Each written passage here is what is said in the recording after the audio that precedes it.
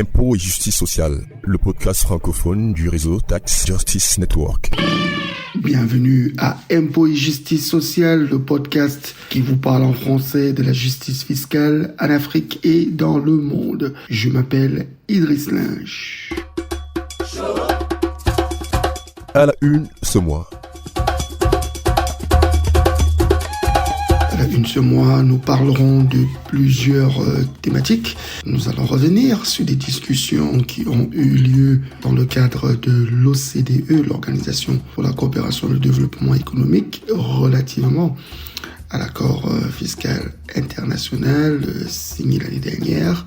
Nous parlerons aussi de la conférence entre le ministère des Finances au Cameroun et la société civile qui a été représentés par nos partenaires et qui ont fait prévaloir les idées de Tax Justice Network. Et enfin, nous avons l'insigne honneur de recevoir comme invité Seydi Demba. Il est le directeur pour la région Afrique de l'Ouest de l'organisation Publiez ce que vous payez. On évoquera avec lui les dynamiques et les évolutions des choses au niveau de son pays, le Sénégal. Je rappelle que vous pouvez écouter ce podcast sur notre page de podcast impotsocial.libsyn.com. Libsyn avec SYN à la fin. Mais vous pouvez aussi aller sur la page des podcasts de Tax Justice Network. C'est sous le lien www.taxcast.net et vous cliquez sur l'onglet en français.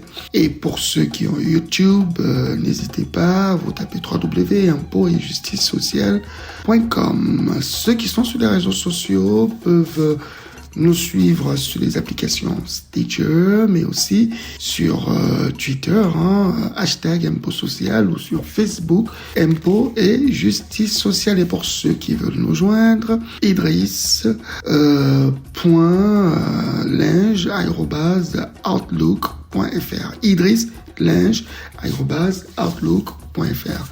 Voilà pour la une. À tout de suite pour les détails.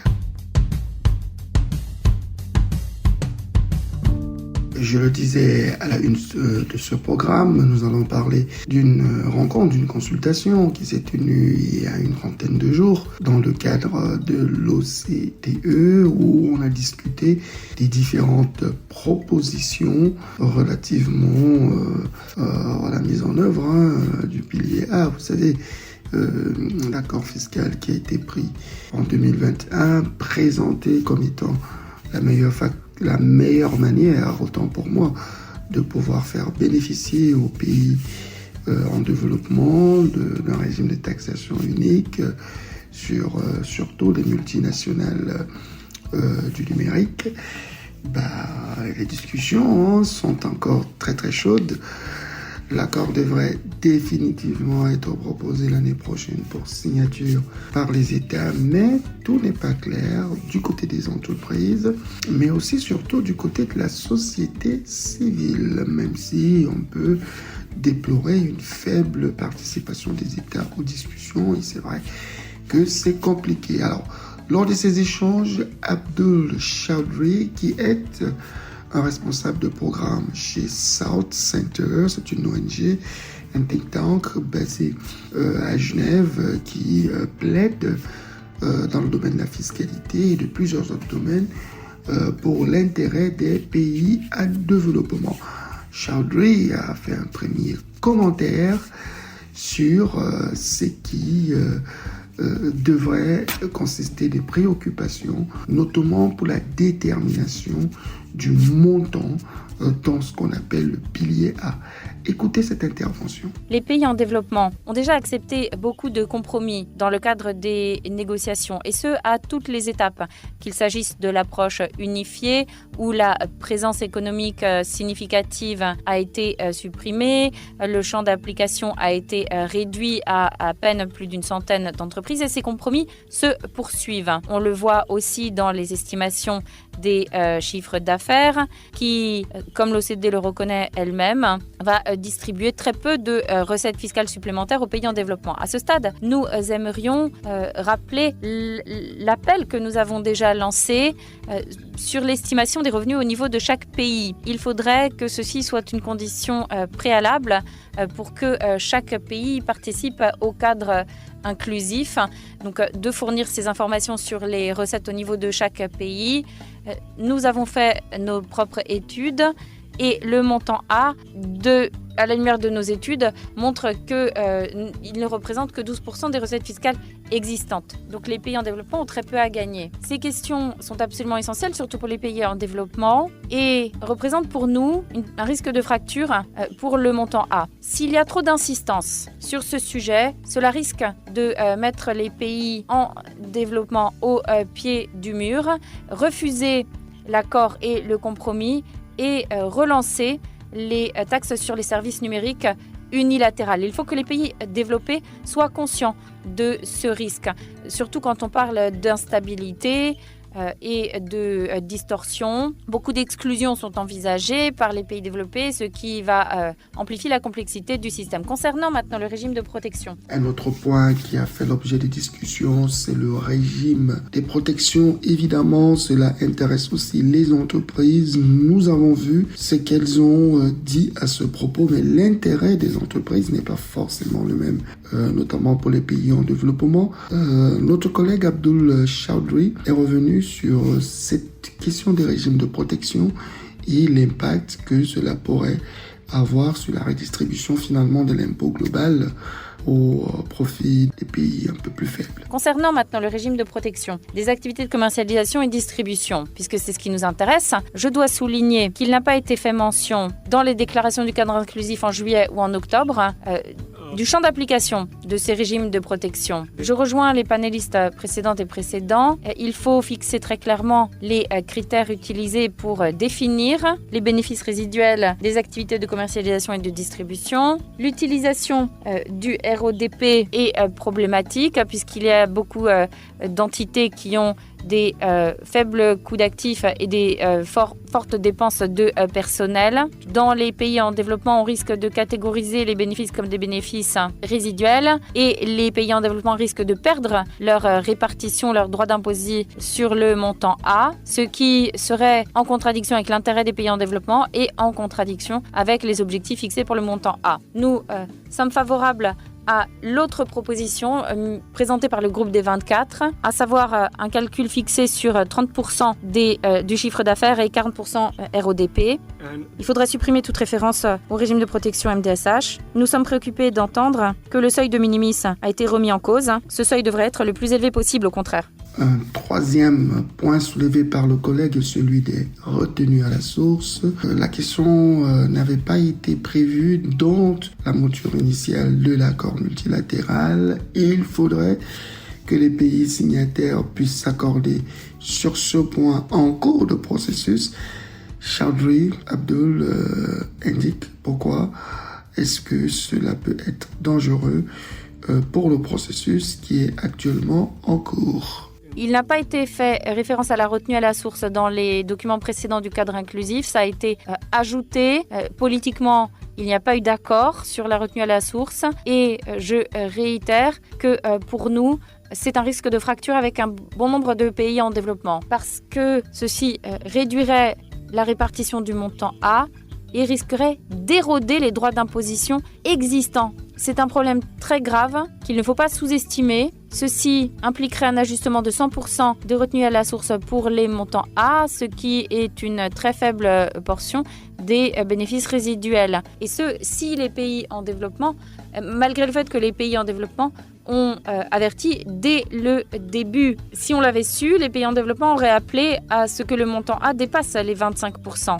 Il y avait d'ailleurs une proposition au début des négociations de faire évoluer ce chiffre. Ce concept a été introduit tardivement dans les procédures, ce qui est en contradiction avec les principes de coopération internationale. Par ailleurs, l'argument de double comptage sur la retenue à la source est défaillant puisque la retenue à la source était applicable sur les droits d'imposer existants et non pas sur les nouveaux droits d'imposer, sur les droits d'imposer existants au titre des conventions fiscales existantes notamment. Deuxième argument, c'est une fausse analogie parce qu'une retenue à la source, c'est un mécanisme de perception des impôts. Ce n'est pas une taxe en soi, c'est simplement un mécanisme. Donc on ne peut pas faire de comparaison avec le montant A, qui est un nouvel impôt. Autre argument fallacieux sur le double comptage, la retenue à la source, qui fixerait seulement 25% des bénéfices résiduels auxquels s'applique le montant A, serait trop réducteur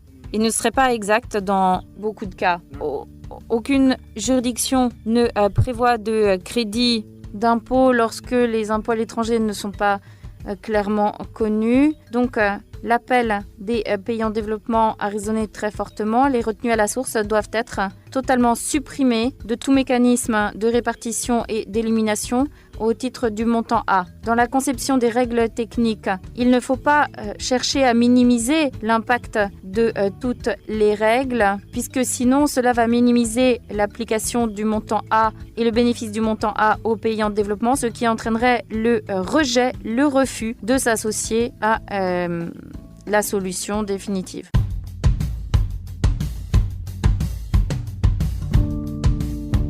Voilà ce que nous avons pu retenir pour vous, mais la discussion a été très longue, elle a duré près de 4 heures. Nous allons continuer de suivre les interventions qui ont été faites par différents autres collègues de la société civile. Je rappelle que les contributions ont quand même été constituées à 6% à hauteur de ceux de la société civile internationale. Nous allons continuer de les suivre et de vous les proposer. Je précise aussi que Abdul Chaudhry, c'est évidemment un homme, mais nous avons pris ses commentaires sur des vidéos publiées par l'OCDE avec leur propre service d'interprétation. C'est pour qu'il n'y ait pas de confusion. Revenons au Cameroun, où le ministère des Finances a lancé une initiative, ma foi, intéressante. Il était lié à la rencontre de la société civile dans le cadre du programme de réforme des finances publiques. Le CRADEC, l'ONG partenaire de Tax Justice Network, était un des invités. Il avait pour mandat de parler de la fiscalité. Nous écoutons Audrey Ngembine. Elle est Programme Officer au sein de cette organisation. Écoutez l'échange que j'ai eu avec elle à propos de cet événement et finalement des possibles impacts que la participation du CRADEC pourrait avoir sur la perception que les administrations publiques ont de la réforme fiscale dans ce pays. Je le disais en début de ce programme, nous parlerons du forum ministère des Finances et société civile qui s'est déroulé au Cameroun et que nous avons soutenu indirectement en apportant de l'expertise technique à notre partenaire local, le Centre régional africain pour le développement endogène et communautaire, dirigé par notre expert permanent Jean Bala. Mais là, nous avons choisi de discuter avec d'autres acteurs de la société civile. Audrey Ngembine, elle est une des leaders de la société civile. Elle a participé à cette activité. Bonjour Audrey. Vous avez participé à cette rencontre ministère des Finances, société civile. C'était quoi le concept? Quels étaient les objectifs du gouvernement du Cameroun avec cette activité? Du 27 au 28 octobre 2022 a eu lieu au Cameroun le Forum national d'information et d'échange des organisations de la société civile avec le ministère des Finances. Le thème de ce forum était réforme de la gestion des finances publiques et bien-être des citoyens dans un contexte de crise multidimensionnelle. Le Cameroun est engagé dans un vaste programme de modernisation des finances publiques qui consacre la publication de 2 lois importantes allant dans le sens de la transposition des directives CEMAC dans notre corpus législatif. Il s'agit de la loi portant code de transparence et de bonne gouvernance dans la gestion des finances publiques au Cameroun et de la loi portant régime financier de l'État et des autres entités publiques. Ces réformes portent avec elles une nouvelle redistribution des responsabilités dans la gouvernance financière et accordent une place centrale aux questions de transparence, de redevabilité, de contrôle des institutions, y compris le contrôle citoyen. L'objectif général du dit forum était d'apporter un appui à l'amélioration de la gestion des finances publiques. Les objectifs spécifiques étaient de renforcer la participation citoyenne à l'amélioration de la gestion des finances publiques, de contribuer à la construction du dialogue ministère des Finances société civile et de définir les conditions pour l'amélioration des interventions de la société civile et de leur impact dans la recherche du bien-être des citoyens. Ainsi, le dialogue ministère des Finances société civile a été établi et institutionnalisé. Un groupe de référence de la société civile pour la transparence des finances publiques a été créé et a intervenu à différents domaines. La société civile, à la suite de ce forum, a élaboré un Citizens Lens Report qui est une évaluation indépendante des réformes des finances publiques en cours sous la coordination du ministère des Finances visant à créer des normes strictes de transparence budgétaire et de redevabilité afin d'améliorer le niveau de vie des citoyens camerounais. Des demandes essentielles ont aussi été formulées en direction du ministère des Finances ainsi que d'autres ministères. Alors, merci.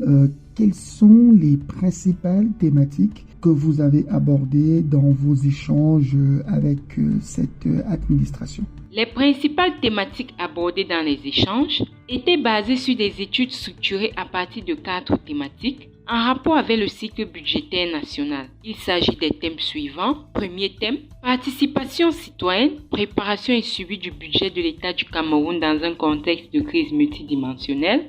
Deuxième thème, mobilisation des ressources domestiques pour la relance économique post-crise au Cameroun, enjeux et défis pour le bien-être des citoyens. Troisième thème, endettement public et bien-être des citoyens. 2 points. Analyse de la dette du Cameroun au cours des 2 dernières décennies à la lumière des projets de construction et de maintenance des barrages hydroélectriques. 4e thème, quelle efficacité des mesures préférentielles d'attribution des marchés publics pour le bien-être des citoyens affectés par des crises multidimensionnelles. Très intéressant en effet. Alors expliquez comment la collaboration que votre organisation, le CRADEC, a avec Tax Justice Network aura été utile pour votre participation à cette activité. Dans le cadre de ce forum, le CRADEC a activement travaillé sur la thématique portant sur la mobilisation des ressources domestiques pour la relance post-crise au Cameroun, enjeux et défis pour le bien-être des citoyens. Ainsi, pour mener à bien sa mission, le CRADEC a travaillé en étroite collaboration avec Tax Justice Network. Cette collaboration a été très porteuse. Les échanges avec Tax Justice Network ont permis de formuler des recommandations telles, premièrement, promouvoir la coopération interfiscale à travers l'amélioration du système de monitoring fiable et transparent. Deuxièmement, promouvoir la transparence sur les entités ou institutions fiscales à travers la sensibilisation. Troisièmement, augmenter les ressources fiscales à travers la digitalisation effective pour une meilleure traçabilité des fonds collectés à tous les niveaux. Quatrièmement, permettre l'exonération fiscale à un certain seuil. Cinquièmement, développer l'enregistrement de la propriété effective pour réduire les risques de confidentialité associés à l'évasion fiscale, à la corruption et au blanchiment d'argent. Et enfin, sensibiliser pour un changement de mentalité des contribuables dans leur contribution pour les impôts. Alors, quels impacts pensez-vous avoir eu sur les administrations et les participants qui étaient présents lors de ces échanges? Question 4. Le forum s'est achevé sur une note de satisfaction générale de tous les participants qui ont souhaité que cette dernière expérience puisse se poursuivre et être pérenne pour que vive la collaboration et le partenariat ministère des Finances, société civile. La société civile est enfin reconnue comme un acteur dans la construction d'un espace ouvert pour le dialogue entre les citoyens d'un côté et les pouvoirs publics de l'autre. L'enjeu principal a été de nous positionner comme constructeurs d'un espace ouvert de dialogue entre les pouvoirs publics et les citoyens. Alors, dernière question Audrey, avant que vous ne partiez.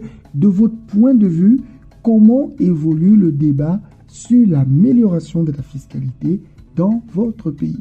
La politique fiscale a connu des évolutions positives par les mesures d'élargissement de l'assiette fiscale, de promotion socio-économique, l'exonération et incitation à l'entrepreneuriat et bien d'autres actions. Aussi, du point de vue administratif, la digitalisation a amélioré les procédures et les relations avec les contribuables avec un impact positif sur le rendement. Cependant, le système fiscal camerounais fait face à certaines contraintes dans ses missions principales de mobilisation de ressources.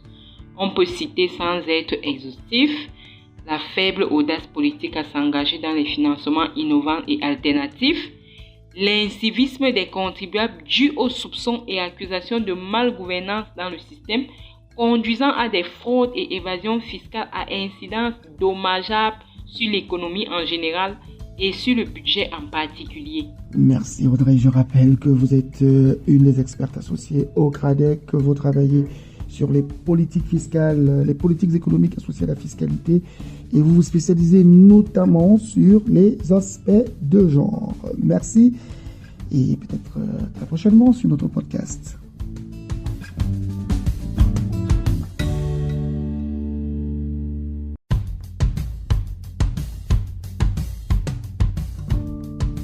Merci une fois de plus à Audrey qui a accepté de se prêter à ce jeu de l'interview. Le débat fiscal se poursuivra entre Tax Justice Network, le CRADEC et les autorités camerounaises et même les entreprises camerounaises. Nous sommes en train de préparer un briefing, une note politique, une note d'analyse de la propriété effective et la propriété légale telle qu'elle est au Cameroun et telle qu'elle pourrait être réformée.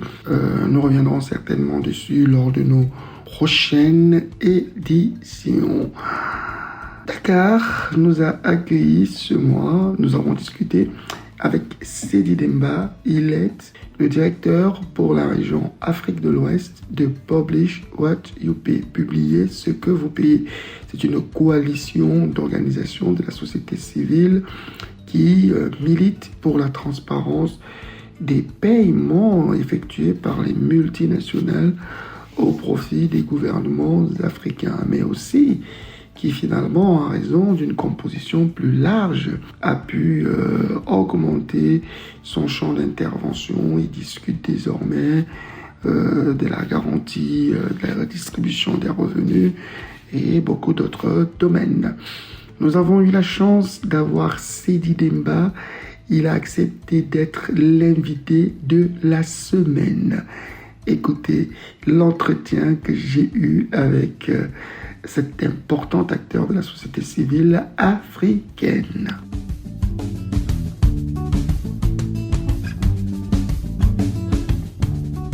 Alors Seydi Demba, vous êtes le responsable pour l'Afrique de l'Ouest de la coalition Publiez ce que vous payez, une importante organisation.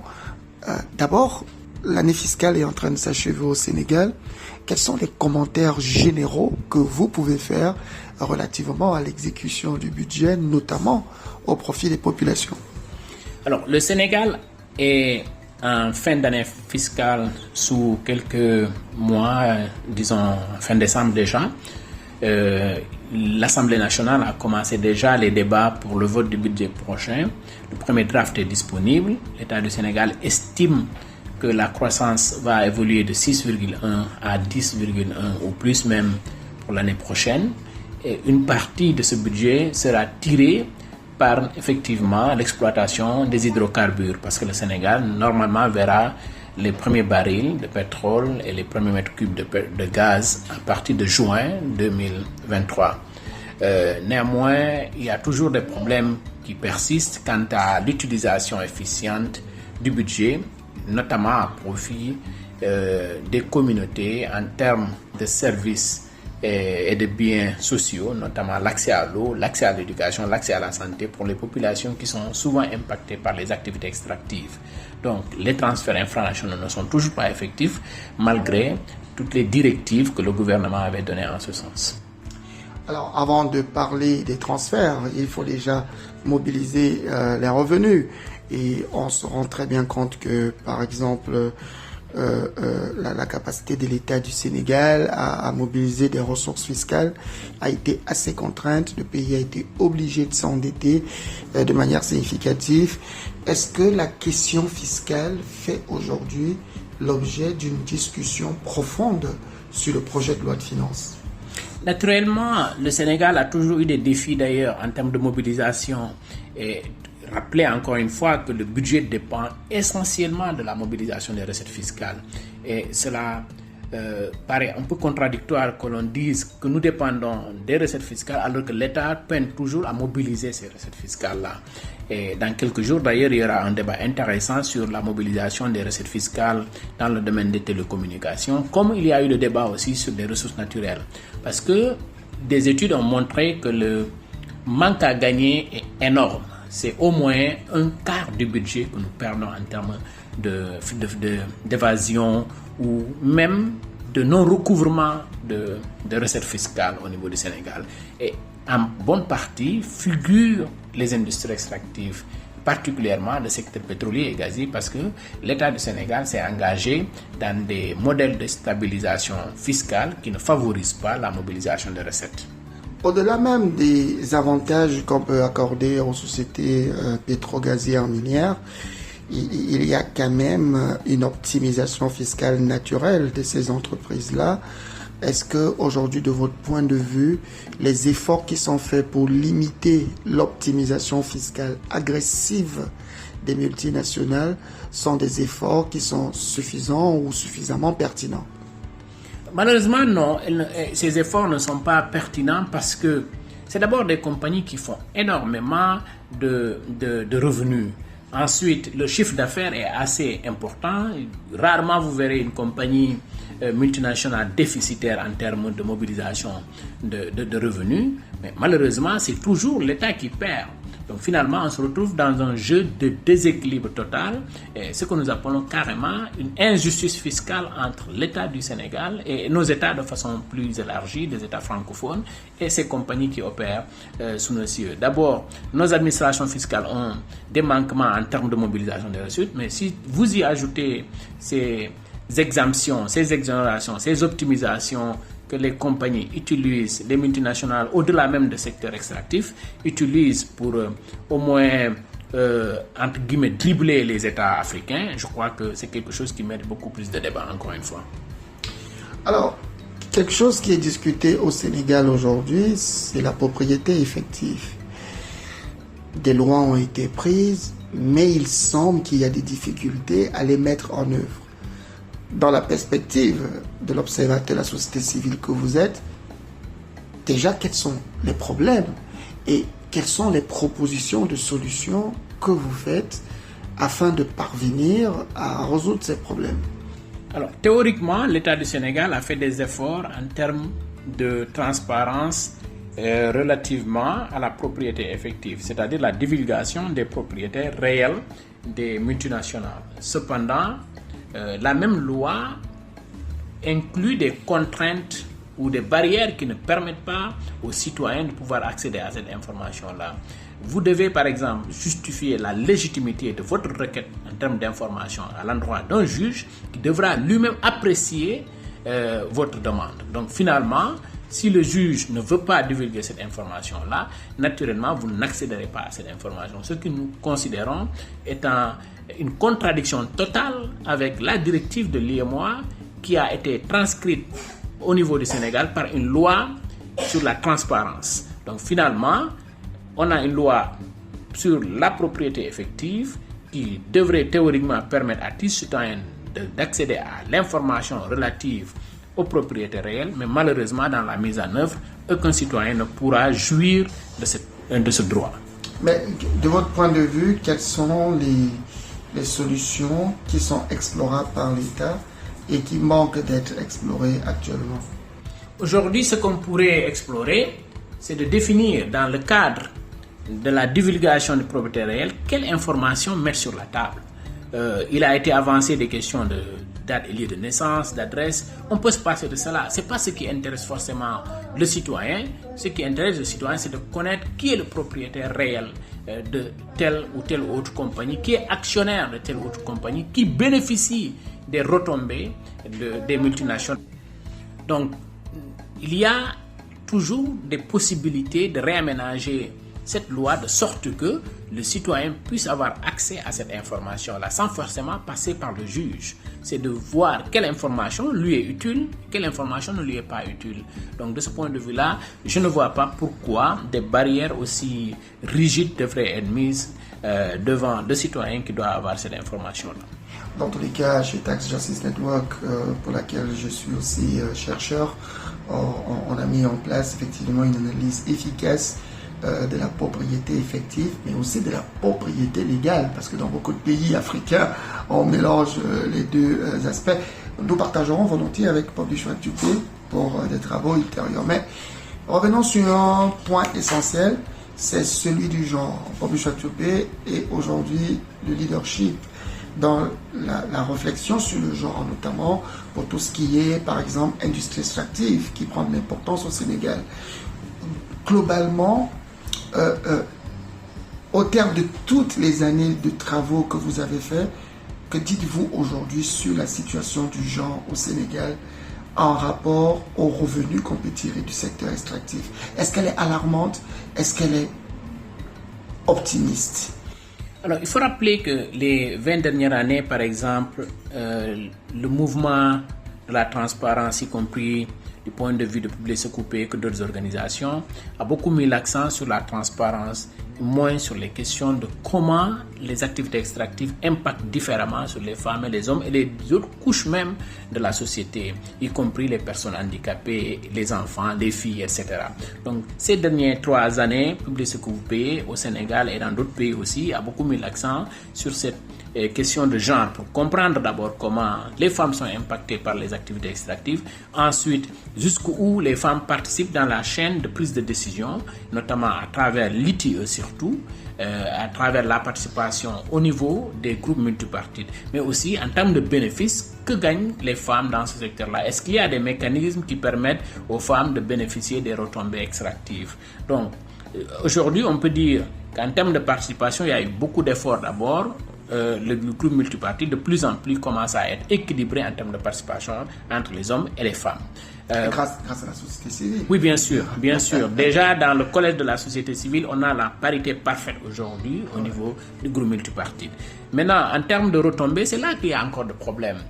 Les femmes ne bénéficient pas des retombées, notamment en termes de profits financiers de ce secteur-là. Alors que les femmes travaillent dans l'exploitation artisanale. Les femmes travaillent autour de l'industrie même avec d'autres activités connexes telles que la commercialisation de produits alimentaires et d'autres produits dont aurait besoin le personnel des mines.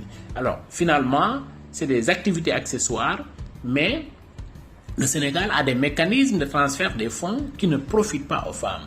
Aussi bien le fonds d'appui et de péréquation que le fonds d'appui au développement local n'a pas de dimension genre, c'est-à-dire qu'il n'y a pas un pourcentage spécifique qui serait dédié aux projets ou à des activités que les femmes réalisent pour pouvoir émerger. Vous parlez des fonds qui sont prévus par la loi, exactement, qui doivent être financés par des prélèvements obligatoires au sein des entreprises extractives.